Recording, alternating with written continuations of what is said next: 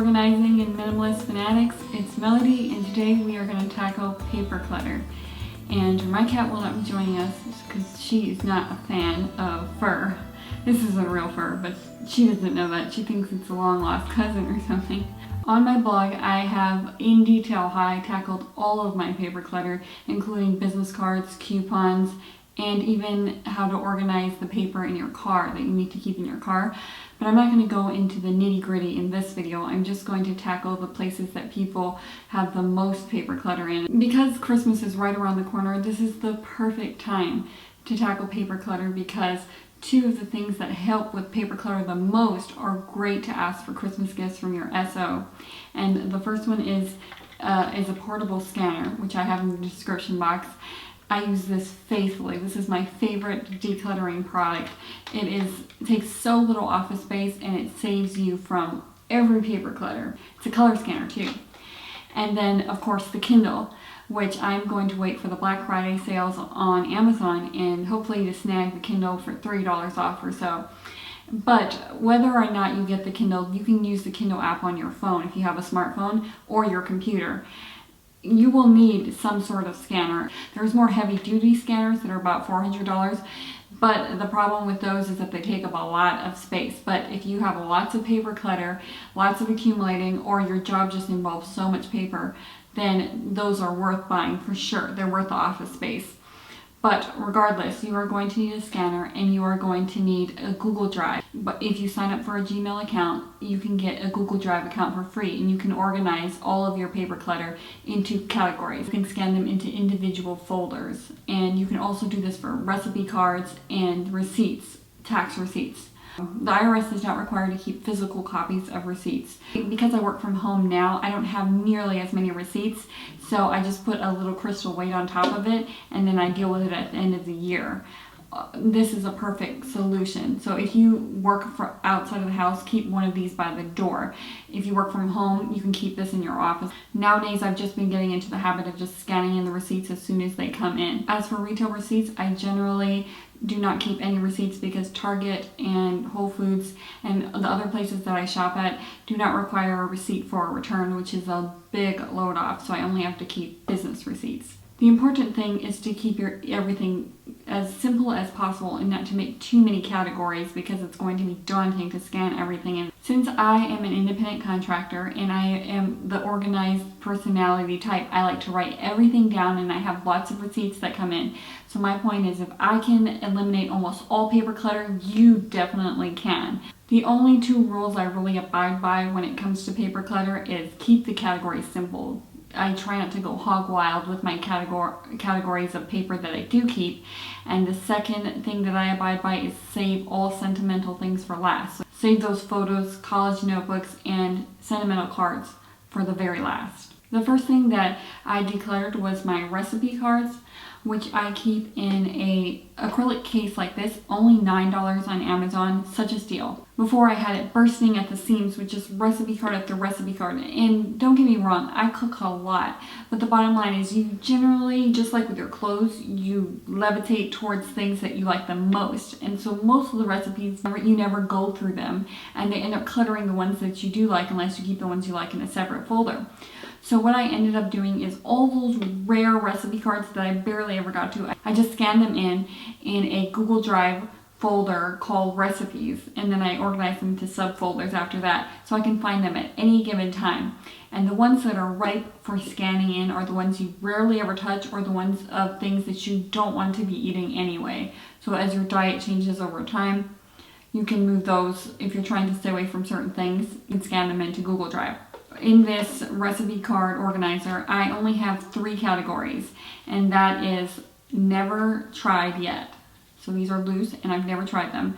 And you should try to keep this as little as possible. You should not keep more than 10 never tried at any given time.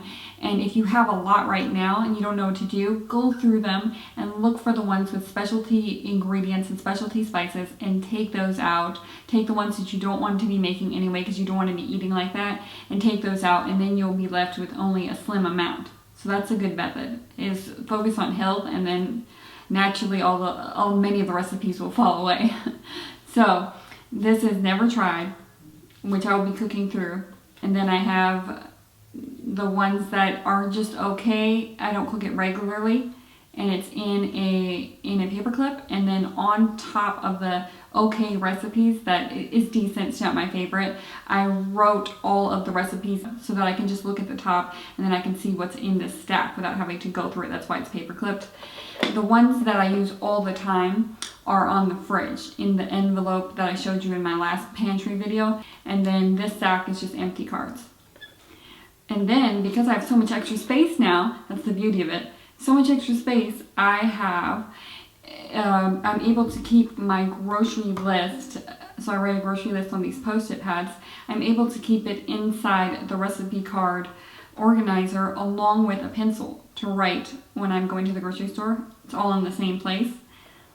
And then I'm also able to keep my cards in a paper clip, the cards that I don't regularly use, that I do not want to keep in my wallet. I know exactly where they are. They're all in this recipe card organizer. And the thing about Post-its, my only rule for Post-its now that I've decluttered almost all my paper clutter is to keep one size only. You don't have to use the size. You can use any size you like. But the problem is before I decluttered paper clutter, I found out I had 4 different sizes or 5 of Post-it notes, and that is just too much. To simplify your life, this is such an easy tip. Just get one size, very economical, and I keep this one for my grocery list and one in my office for my to-do list. And that is the only size Post-its I have now, which has greatly improved my life. I must say, it's a tip you have to try. The number one problem with paper clutter, the reason why it builds over the years, is because we don't process things immediately. That's the number one problem. As things come in, we never process it. And so, for instance, I graduated college years ago, and I never went through my college notebooks. I just kept them for sentimental purposes, or just in case I want to go over my tests again, or just in case I want to go over my notebook notes. As soon as you're done with college, you want to highlight the parts that you think you might need later, scan them in immediately. And if you ever need help, I never go through my notebook notes, and I never go on Google Drive to look through them. I always ask online. I ask in a group, and immediately the answer is given to me, or I call a mentor or somebody in the field that I know. And this is true also for manuals. We have such a bad habit of buying so many things or getting things for Christmas, and we just save the manual for everything. And what you want to do is you just want to process it immediately. So I buy a printer, a manual comes in, I throw it out immediately. I don't need to read the manual. I can find the manual online if I need something. My camera manual came in, and I did skim through it. I highlighted some parts, scanned out the relevant information, and then I immediately threw it out. But the point is to process it as soon as it gets through the door. And the only way to be able to process things as soon as they get through the door is to have a life that is not encumbered with so many appointments and errands and hours of work, is to try to minimize those things as much as possible. I know we all have to work and we all have errands that we have to do, but to minimize all of your chores and errands as much as possible, to get it streamlined as much as possible so that you can process things as they're coming in. So you get a book for Christmas, for instance, and the best time to read that book is now. If you get it in and it doesn't excite you, then it's the best time to process it and send it out on its merry way. So I keep my book stack very small. Right now I only have 3 physical copies of books, 1 cookbook and 2 other books. And the point of the matter is to process those things immediately, or you just might not ever get to it. Your book collection starts growing. You've never been through many of your books. The less books you have, generally speaking, the more you read through them. For warranties, I threw out all the warranties that were not for things that were over $100, and the warranties that I had left for things that were over $100, I put them in my main folder, which the rarely accessed folder, which I'll never go through, and I only had 3 left, so I don't need to categorize it at all. You just want to keep things as simple as possible. As for cookbooks, as you can see, I only have 1 physical copy, and eventually I might not have any. Like I said, I love to cook. I love to stay home. There's nothing more than filling the air with delicious treats. I love to cook.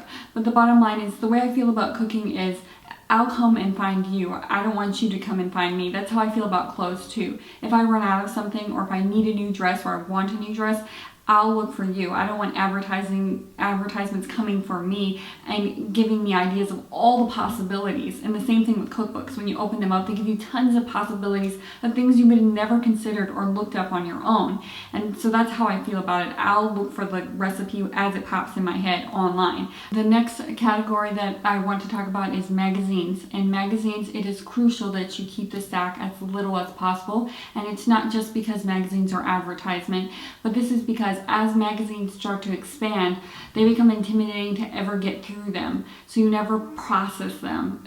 In other words, you don't tear out the articles that you really like or the pictures that you really like. You just leave them because the stack is so big it would take a whole day. So for me, I never have more than 3 magazines in the house. The point is to set limits because it will keep growing and growing. You'll just leave it there. And what's the point of having a giant stack of magazines if you never get through them? And oftentimes, because we just leave them to languish, articles in there that you would actually like to go over again, you'll never go over again because they're lost in that stack, and you'll eventually throw them out as you move.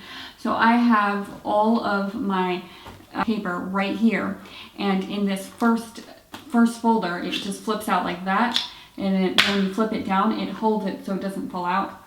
And in this first folder, I have all my magazine clippings that I love. So if I like the magazine clipping, I scan it in. If I love it, I file it, which I only have about 10, 15 pages in here, and then I go through them because I only have a slim folder. I'll go through them as I'm adding a new one, and usually I can take another one out. I'm not just adding and adding and adding, and it just basically keeps it to this. And the beauty of this is because I have it here, I can go at it in any time and easily find all the things that I really like to look at. When you have a big stack of magazines that aren't processed, you have to go through tons of advertisement. And it's not just the pages that are advertising, but also the articles are advertising different ideas. Try this exercise, try this or that. And so it's a lot of advertisement coming at you at once. So it's better just to cull the ones that you actually want to look at. And so that's what I have here. You can also pin, if you have things like Decor magazine, you can go and pin the picture online if you don't want to even scan it in. And then in this folder is just cat information. So my cat, when I go to the vet, I need to give this to them, so I need to keep hard copies. And then in this last folder is all of my important information. All of the important things is in here, and because I have so few tax things that I keep, even though I have to keep 7 years worth, I scanned it all in and backed it up. I can fit every single important document in this folder, and you know you'll never probably go in here unless you need to apply for a job. So that is the beauty of having all this together. You know exactly where it's at. And the last thing is my notebook that I want to show you. And in my notebook, and here's a really good tip, keep a travel list in your notebook of all the things you could possibly pack. Not everything you're going to pack every time, but all the things you could possibly pack, so you don't forget things like a water bottle or a charger or a hairbrush, and you don't have to keep on buying things like eye drops depending on the place you go to. And so that's a great tip, is to just keep a travel list with you at all times. I also keep a list in here of my notebook of the things I like to eat, because oftentimes I'll be hungry and I want to go out to eat and I forget the places that I like because I'm forgetful. So if you're one of those people that you can never remember, your SO asks you, what would you like to eat tonight? And you're thinking, what is there to eat? And there's so many restaurants, but I don't know what there is to eat. You can just go in your folder and have the list of things to eat. So I had a bad habit of writing down everything in college. So I had many notebooks, 4 notebooks, and then I got through another notebook after college. So those stacks started building. So I broke the bad habit. My personality likes to write everything down, everything. American dreams, I mean, the list is extensive. My motto now is digitize first. If you want to keep something long term, put it into your Google Drive folder immediately. Do not write it down. So I can put things on my Google Drive folder from my phone, from my laptop, but the point of the matter is not to put it in my notebook so that I'll create additional work for myself later. So the things I really keep in my notebook only are tax information, because I'm adding to it so regularly. I need to have a list. Tax information for the year, so 1 page of tax information, things I'm working on with my career, the videos I want to film, and then basically, if I'm decluttering, I'll have a list of things I'm decluttering. That's about all that I keep in my notebook. It's very small. I used to write down everything. And if you have that habit, maybe you really enjoy it. I'm not saying to quit if you really enjoy it, but if you're realizing all the books are piling up because you have planners and you have so many different things that you keep writing things down instead of digitizing it, try that method of digitize first. It will really simplify your life. The last category that we're going to talk about in this video is photos and sentimental cards.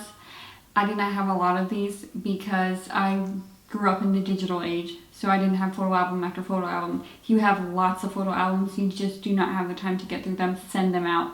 Let someone else digitize them for you. And for sentimental cards, I scanned all of my sentimental cards into a specific folder on Google Drive as well. Obviously, these are the things that worked for my personality. If you really like to journal, or if you think planning is absolutely necessary, you need to write things down, definitely keep it, or you need multiple post-it notes. These are just tips that really work to simplify my life. The beauty of a paperless office, which I'm now at, I do not keep this paper stack in my office. The beauty of it is that so few things are needed. Just imagine all the things that you use just for paper. When you get rid of paper and you try to digitize everything as much as possible, you don't need filing cabinets, you don't need a shredder, you don't even need a printer easy to access. And then also think about all the things that you own office equipment to deal with paper clutter. For instance, things like staplers. The bottom line is when you get down to a paperless office, you have so few things left that you never lose anything. And so you don't need duplicates of so many things because things are getting buried in different places. So my office right now, you're seeing it, the way it looks right now is because I have just gotten rid of all of my paper clutter. So my next video, I'm going to give a full office tour and you're going to see what it looks like now that I've been able to move so many things out, now that I do not have paper clutter. The last thing I want to say is that your life really opens up when you let things go that you just do not use. The problem with keeping every type of thing and not processing things immediately as soon as they're coming in the door is they start burying the things that you would like to be looking at or like to be reading. So when you get rid of all of the excess, then you really free your life to appreciate everything that you have, because everything that you have gets used regularly. And for me, that is the most exciting thing, is using things that I own regularly. So it's really, the place it takes up in my home is worth it. And so I hope that you will join me in a paper-free journey. You might not ever be paper-free, you might just be Paper-Lite, but whatever you can do it. So I want to wish you a happy holiday, and I can't wait to show you my office now that it's paper-free in the next video. I'll see you next time.